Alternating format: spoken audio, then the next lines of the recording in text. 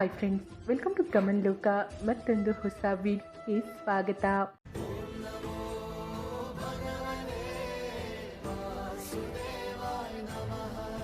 Friends, ಕೆಲವರು ಹೇಳ್ತಾರೆ, ನಾನು ಎಲ್ಲವನ್ನ ಸರಿಯಾಗಿ ಮಾಡ್ತೇನೆ, ಪ್ರತಿದಿನ ಪೂಜೆ ಮಾಡ್ತೇನೆ, ಆದರೂ ಮನೆಯಲ್ಲಿ ಸಮೃದ್ಧಿ ಇಲ್ಲ, ನೆಮ್ಮದಿ ಇಲ್ಲ, ಹಣವಂತೂ ನಿಲ್ಲೋದೇ ಇಲ್ಲ, ಸದಸ್ಯರಂತೂ ಯಾವಾಗಲೂ ಅನಾರೋಗ್ಯದಿಂದ ಬಳಲ್ತಾ ಇರ್ತಾರೆ. ಆದ್ದರಿಂದ ಇಂದು ಈ ನಿಮ್ಮೆಲ್ಲ ಪ್ರಶ್ನೆಗೆ ಉತ್ತರ ಖಂಡಿತ ಸಿಗಲಿದೆ. ಮನೆಯ ದೇವರ ಮನೆಯಲ್ಲಿ ಉರಿಯುವಂತಹ ದೀಪಗಳು, ಹಾಗೆ ದೇವರ ಮನೆಯಲ್ಲಿ ಇಟ್ಟಿರುವಂತಹ ಗಂಟೆ ಪ್ರತಿದಿನ ತೊಳೆಯುವವರು ಗಮನವಿಟ್ಟು ಕೇಳಿ, ಇಲ್ಲದಿದ್ದರೆ ಇಡೀ ಮನೆ ಹಾಳಾಗುತ್ತದೆ. ನಿಮ್ಮೆಲ್ಲರಿಗೂ ಆತ್ಮದ ಆಳದಿಂದ ಚಾನಲ್ಗೆ ಸ್ವಾಗತ. ಜೀವನದಲ್ಲಿ ಎಷ್ಟೇ ಕಷ್ಟಗಳು ಬಂದರೂ ಒಂದು ವಿಷಯವನ್ನು ಇಂದಿಗೂ ಮರಿಬೇಡಿ. ಪೂಜಾ ಮಂದಿರದಲ್ಲಿ ಇಟ್ಟಿರುವಂತಹ ಗಂಟೆ, ದೇವತೆಗಳ ವಿಗ್ರಹಗಳು, ಉರಿಯುವ ದೀಪಗಳೊಂದಿಗೆ ಕೆಲವು ತಪ್ಪುಗಳು ಇವೆ. ಅವು ಸಂಭವಿಸಿದರೆ ಅದೃಷ್ಟದ ಚಕ್ರವು ವಿರುದ್ಧವಾಗಿ ತಿರುಗಲು ಪ್ರಾರಂಭಿಸುತ್ತದೆ. ಅಂತಹ ದುರಾದೃಷ್ಟ ಬರುತ್ತದೆ. ಅದನ್ನು ಸರಿಪಡಿಸೋದು ಅಸಾಧ್ಯವಾಗುತ್ತದೆ. ಮನೆಯಲ್ಲಿ ಸಮೃದ್ಧಿ ನಿಲ್ಲೋದಿಲ್ಲ. ಬಡತನವು ಎಷ್ಟು ಆಳವಾಗಿ ಬೇರೂರುತ್ತದೆ ಅಂದರೆ ಬಯಸಿದ್ರೂ ಸಹ ಹೋಗುವುದಿಲ್ಲ. ಸಂತೋಷಗಳು ಒಣಗ್ತಾವೆ. ಬಹುಶಃ ನೀವು ಸಹ ಅರಿವಿಲ್ಲದೆ ಅದೇ ತಪ್ಪುಗಳನ್ನು ಮಾಡ್ತಿರಬಹುದು. ಅದಕ್ಕಾಗಿಯೇ ಹಣ ನಿಮ್ಮ ಬಳಿ ನಿಲ್ಲೋದಿಲ್ಲ. ಮನೆಯಲ್ಲಿ ಅಶಾಂತಿ ಇರುತ್ತದೆ ಮತ್ತು ಯಶಸ್ಸು ದೂರದಿಂದಲೇ ಕೈ ಬೀಸುತ್ತದೆ. ನಾವು ಅರ್ಥ ಮಾಡಿಕೊಳ್ಳದೆ, ಅರಿವಿಲ್ಲದೆ ಏನನ್ನಾದರೂ ಮಾಡ್ತೇವೆ. ಅದು ನಮ್ಮ ಅದೃಷ್ಟದ ಬಾಗಿಲನ್ನು ಮುಚ್ಚುತ್ತದೆ ಮತ್ತು ಎಲ್ಲವೂ ಕೈಯಿಂದ ಜಾರಿದಾಗ ನಮ್ಮ ಬಳಿ ಉಳಿಯುವುದು ಕೇವಲ ಪಶ್ಚಾತ್ತಾಪ ಮತ್ತು ನಿಂದನೆಗಳು.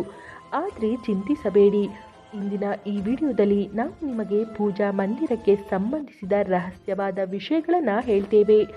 ಅವುಗಳನ್ನು ಕೇಳಿದ ನಂತರ ನಿಮ್ಮ ಹೃದಯವೇ ಹೇಳುತ್ತದೆ, ನೀವು ನನ್ನ ನಿದ್ರಿಸುತ್ತಿದ್ದ ಅದೃಷ್ಟವನ್ನು ಜಾಗೃತಿಗೊಳಿಸಿದ್ದೀರಾ ಎಂದು.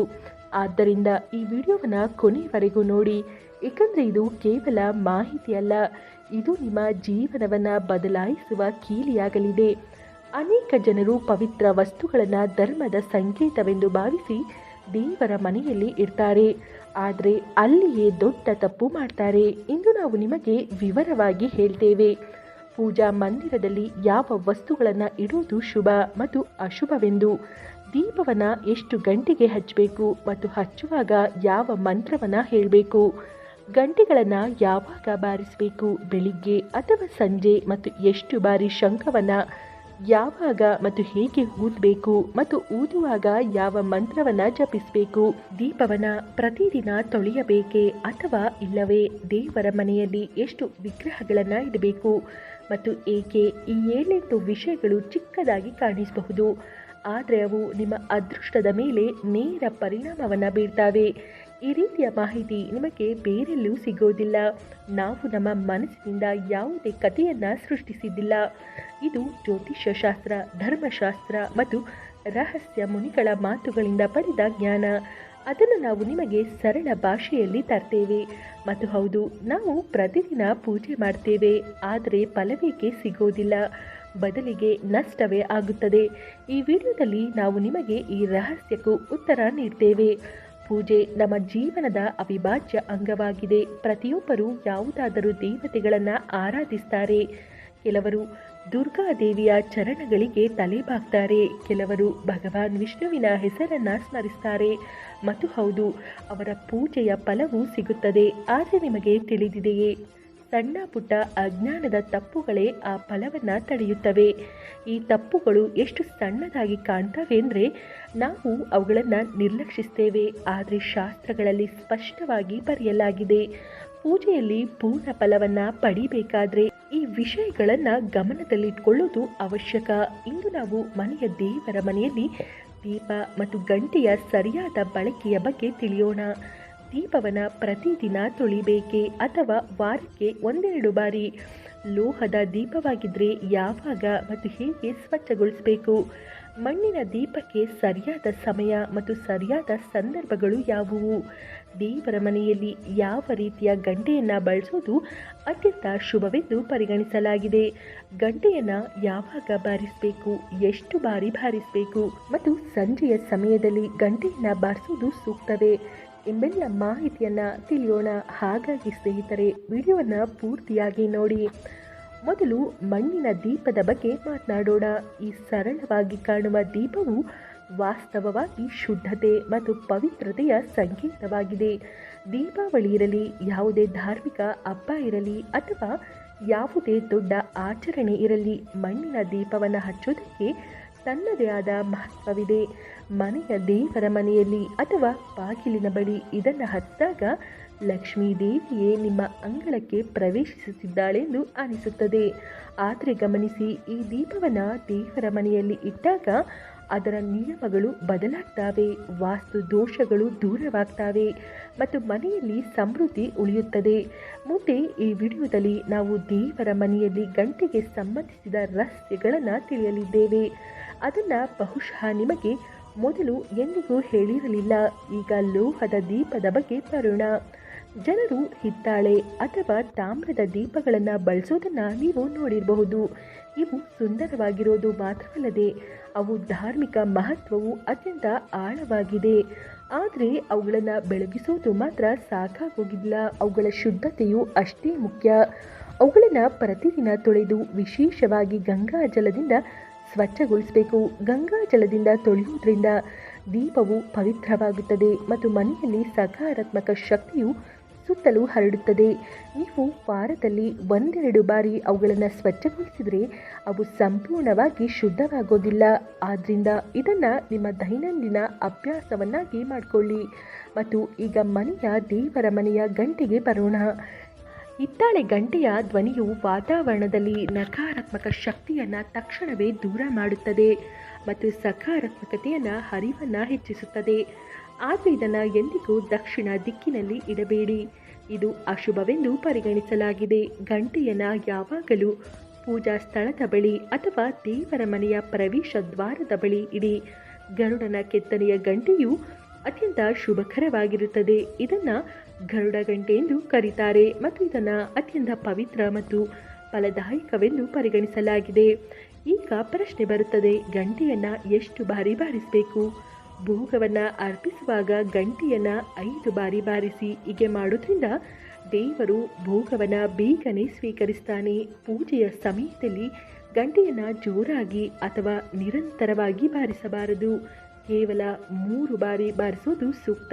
ಗಂಟೆಯನ್ನು ಯಾವಾಗಲೂ ಬಲಗೈಯಿಂದ ಬಾರಿಸಿ ಮತ್ತು ಮುಖವು ಪೂಜಾ ಸ್ಥಳದ ಕಡೆಗೆ ಇರಬೇಕು. ನೆನಪಿಡಿ, ಗಂಟೆಯನ್ನು ಬೆಳಗಿನ ಪೂಜೆಯಲ್ಲಿ ಮಾತ್ರ ಬಾರಿಸೋದು ಶುಭವೆಂದು ಪರಿಗಣಿಸಲಾಗಿದೆ. ಸಂಜೆಯ ಪೂಜೆಯಲ್ಲಿ ಗಂಟೆ ಬಾರಿಸೋದನ್ನು ತಪ್ಪಿಸಬೇಕು, ಏಕೆಂದರೆ ಶಾಸ್ತ್ರಗಳಲ್ಲಿ ಇದನ್ನು ಸೂಕ್ತವೆಂದು ಪರಿಗಣಿಸಲಾಗಿಲ್ಲ. ಈ ನಿಯಮಗಳನ್ನು ಪಾಲಿಸೋದ್ರಿಂದ ನಿಮ್ಮ ಪೂಜೆ ಹಲವು ಪಟ್ಟು ಹೆಚ್ಚು ಫಲದಾಯಕ ಮತ್ತು ಪರಿಣಾಮಕಾರಿಯಾಗಲಿದೆ. ಈ ವಿಷಯಗಳು ಚಿಕ್ಕದಾಗಿ ಕಾಣಿಸಬಹುದು, ಆದರೆ ಅವು ನಿಮ್ಮ ಅದೃಷ್ಟದ ಮೇಲೆ ಆಳವಾದ ಪರಿಣಾಮವನ್ನು ಬೀರ್ತಾವೆ. ಇನ್ನೊಂದು ಬಹಳ ಮುಖ್ಯವಾದ ವಿಷಯವನ್ನು ಜನರು ಸಾಮಾನ್ಯವಾಗಿ ನಿರ್ಲಕ್ಷಿಸ್ತಾರೆ. ನೀವು ಯಾವುದೇ ದೇವಸ್ಥಾನಕ್ಕೆ ಹೋದಾಗ, ವಿಶೇಷವಾಗಿ ಮನೆಯ ಹೊರಗಿನ ದೇವಸ್ಥಾನವನ್ನು ಪ್ರವೇಶಿಸುವಾಗ ಮಾತ್ರ ಗಂಟೆ ಬಾರಿಸಿ. ದೇವಸ್ಥಾನದಿಂದ ಹೊರಬರುವಾಗ ಗಂಟೆ ಬಾರಿಸುವ ಅಗತ್ಯವಿಲ್ಲ. ನೀವು ಗಂಟೆ ಬಾರಿಸಿದಾಗ ಅದು ಕೇವಲ ಶಬ್ದವಲ್ಲ, ಇದು ದೇವರಿಗೆ ನೀಡಿದ ಸಂಕೇತ. ಪ್ರಭು, ನಾನು ನಿಮ್ಮ ದ್ವಾರಕ್ಕೆ ಬಂದಿದ್ದೇನೆ, ನಿಮಗೆ ಶರಣಾಗಿದ್ದೇನೆ. ಒಮ್ಮೆ ಗಂಟೆ ಬಾರಿಸೋದ್ರ ಅರ್ಥವೇನೆಂದರೆ, ನೀವು ದೇವರ ದರ್ಬಾರವನ್ನು ಪ್ರವೇಶಿಸಿದಾಗ ಮತ್ತು ಪೂಜೆಯನ್ನು ಪ್ರಾರಂಭಿಸುತ್ತಿದ್ದೀರಿ.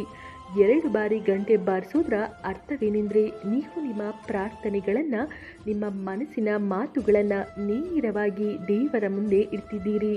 ಈಗ ನಾವು ನಿಮಗೆ ಕೆಲವು ವಿಷಯಗಳನ್ನು ಹೇಳಲಿದ್ದೇವೆ. ಅದನ್ನು ಬಹುಶಃ ನಿಮಗೆ ಯಾರೂ ಹೇಳೋದಿಲ್ಲ. ಆದ್ದರಿಂದ ಈ ವಿಷಯಗಳನ್ನು ಗಮನವಿಟ್ಟು ಕೇಳಿ, ಏಕೆಂದರೆ ಇವು ನಿಮ್ಮ ಪೂಜೆಯನ್ನು ಇನ್ನಷ್ಟು ಫಲದಾಯಕವಾಗಿಸಬಹುದು. ಈಗ ಪೂಜಾ ಮಂದಿರದ ಬಗ್ಗೆ ಕೆಲವು ಅಗತ್ಯ ನಿಯಮಗಳನ್ನು ತಿಳಿಯೋಣ.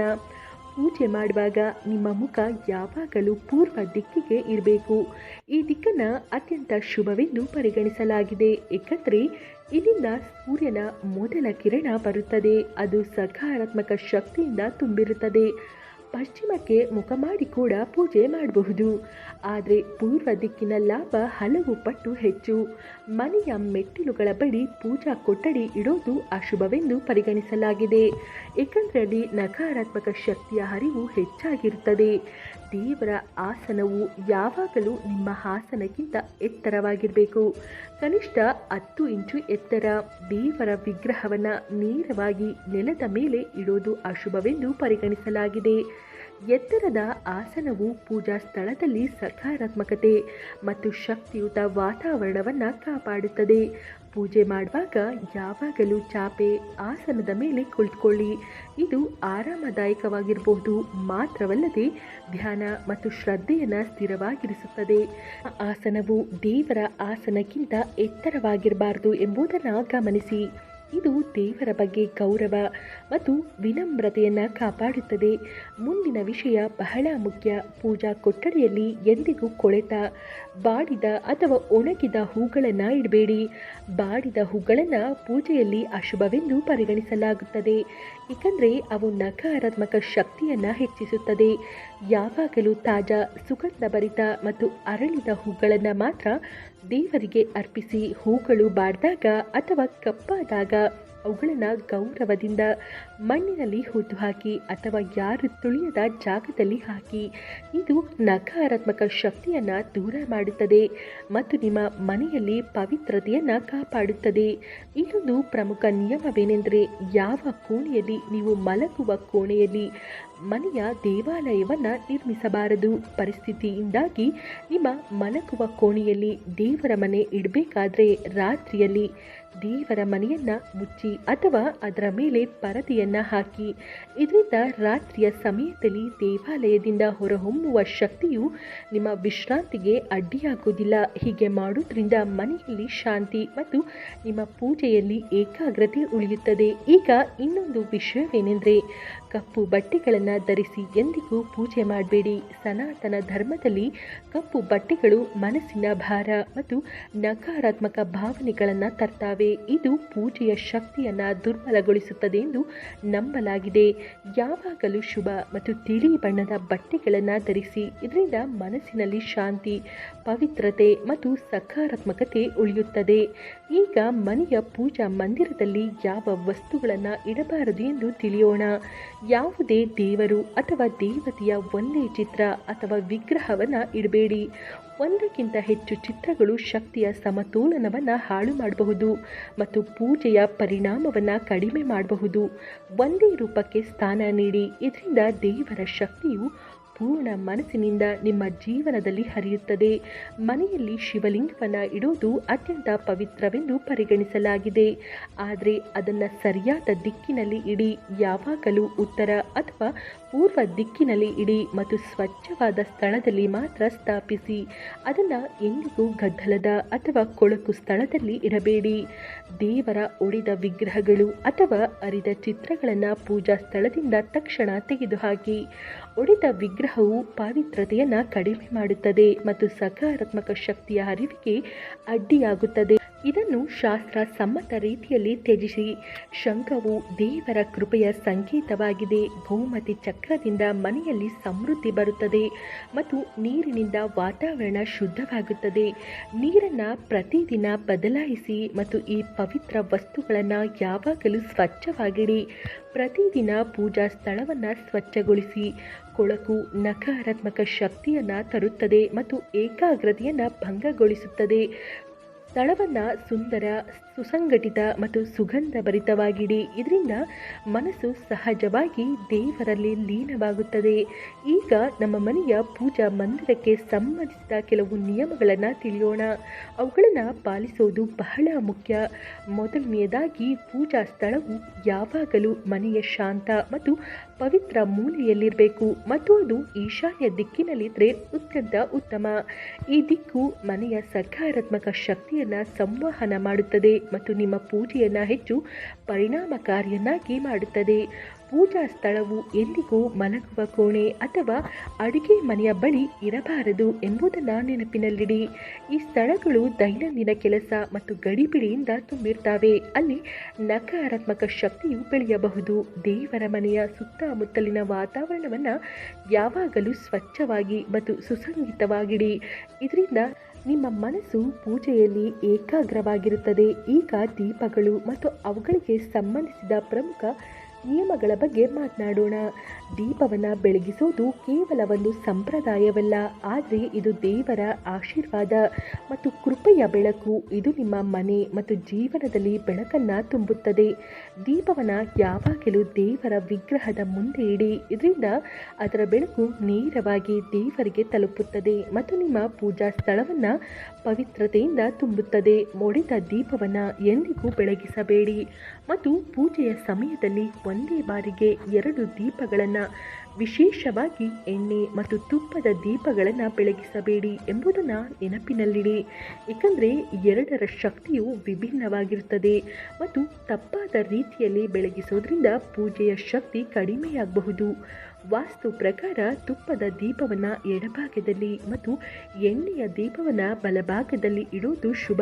ಆದರೆ ದೀಪವನ್ನು ಎಂದಿಗೂ ಪಶ್ಚಿಮ ದಿಕ್ಕಿನಲ್ಲಿ ಇಡಬೇಡಿ ಎಂಬುದನ್ನು ನೆನಪಿನಲ್ಲಿಡಿ. ದೀಪಕ್ಕೆ ಉತ್ತರ ಅಥವಾ ಪೂರ್ವ ದಿಕ್ಕು ಉತ್ತಮವೆಂದು ಪರಿಗಣಿಸಲಾಗಿದೆ. ಜೊತೆಗೆ ಬತ್ತಿಯ ಮುಖವು ಯಾವಾಗಲೂ ಈ ದಿಕ್ಕುಗಳ ಕಡೆಗೆ ಇರಬೇಕು. ಇದರಿಂದ ಸಕಾರಾತ್ಮಕ ಶಕ್ತಿಯ ಹರಿವು ಇನ್ನಷ್ಟು ಹೆಚ್ಚಾಗುತ್ತದೆ. ತುಪ್ಪದ ದೀಪದಲ್ಲಿ ಹತ್ತಿ ಬತ್ತಿ ಮತ್ತು ಎಣ್ಣೆಯ ದೀಪದಲ್ಲಿ ಕೆಂಪು ಮೌಲಿ ಬತ್ತಿಯನ್ನು ಬಳಸಿ.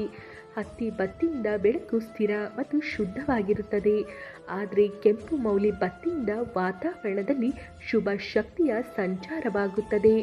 ನವರಾತ್ರಿ ಅಥವಾ ವಿಶೇಷ ಸಂದರ್ಭಗಳಲ್ಲಿ ದುರ್ಗಾ ಮಾತೆ ಮತ್ತು ಲಕ್ಷ್ಮೀ ದೇವಿಯ ಮುಂದೆ ದುಂಡಗಿನ ಬತ್ತಿಯ ದೀಪವನ್ನು ಬೆಳಗಿಸಬೇಡಿ, ಏಕೆಂದರೆ ಇದನ್ನು ಅಶುಭವೆಂದು ಪರಿಗಣಿಸಲಾಗುತ್ತದೆ. ಮತ್ತು ಒಂದು ನಿಯಮವನ್ನು ನೆನಪಿಡಿ, ತುಪ್ಪದ ದೀಪವನ್ನು ಬೆಳಗಿಸಿದ ತಕ್ಷಣ ಎಣ್ಣೆಯ ದೀಪವನ್ನು ಬೆಳಗಿಸಬೇಡಿ. ಅವುಗಳ ನಡುವೆ ಸ್ವಲ್ಪ ಅಂತರವನ್ನು ಇರಿಸಿ. ಇದರಿಂದ ವಾತಾವರಣದಲ್ಲಿ ಸಮತೋಲನ ಮತ್ತು ಪಾವಿತ್ರತೆ ಉಳಿಯುತ್ತದೆ. ಈ ಸಣ್ಣ ನಿಯಮಗಳನ್ನು ಪಾಲಿಸೋದ್ರಿಂದ ನಿಮ್ಮ ಮನೆಯಲ್ಲಿ ಶಾಂತಿ ಮತ್ತು ಸಮೃದ್ಧಿ ಮಾತ್ರವಲ್ಲದೆ ನಿಮ್ಮ ಪೂಜೆಯನ್ನು ಹೆಚ್ಚು ಫಲಪ್ರದವಾಗಿಸುತ್ತದೆ. ಈಗ 6ನೇ ವಿಷಯವನ್ನು ಗಮನವಿಟ್ಟು ಕೇಳಿ. ದೇವರು ಎಚ್ಚರವಾಗಿರುವಾಗ ಮಾತ್ರ ದೀಪವನ್ನು ಬೆಳಗಿಸಬೇಕು.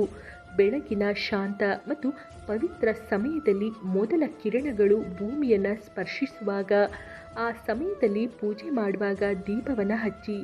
ನಂತರ ಸಂಜೆ ಆರತಿಯ ಸಮಯದಲ್ಲಿ ದಿನದ ಆಯಾಸ ಕಡಿಮೆಯಾಗ್ತಿರುವಾಗ ಮತ್ತು ವಾತಾವರಣ ಶಾಂತವಾಗ್ತಿರುವಾಗ ಆ ಸಮಯದ ದೀಪವು ವಾತಾವರಣವನ್ನು ಇನ್ನಷ್ಟು ಪವಿತ್ರಗೊಳಿಸುತ್ತದೆ.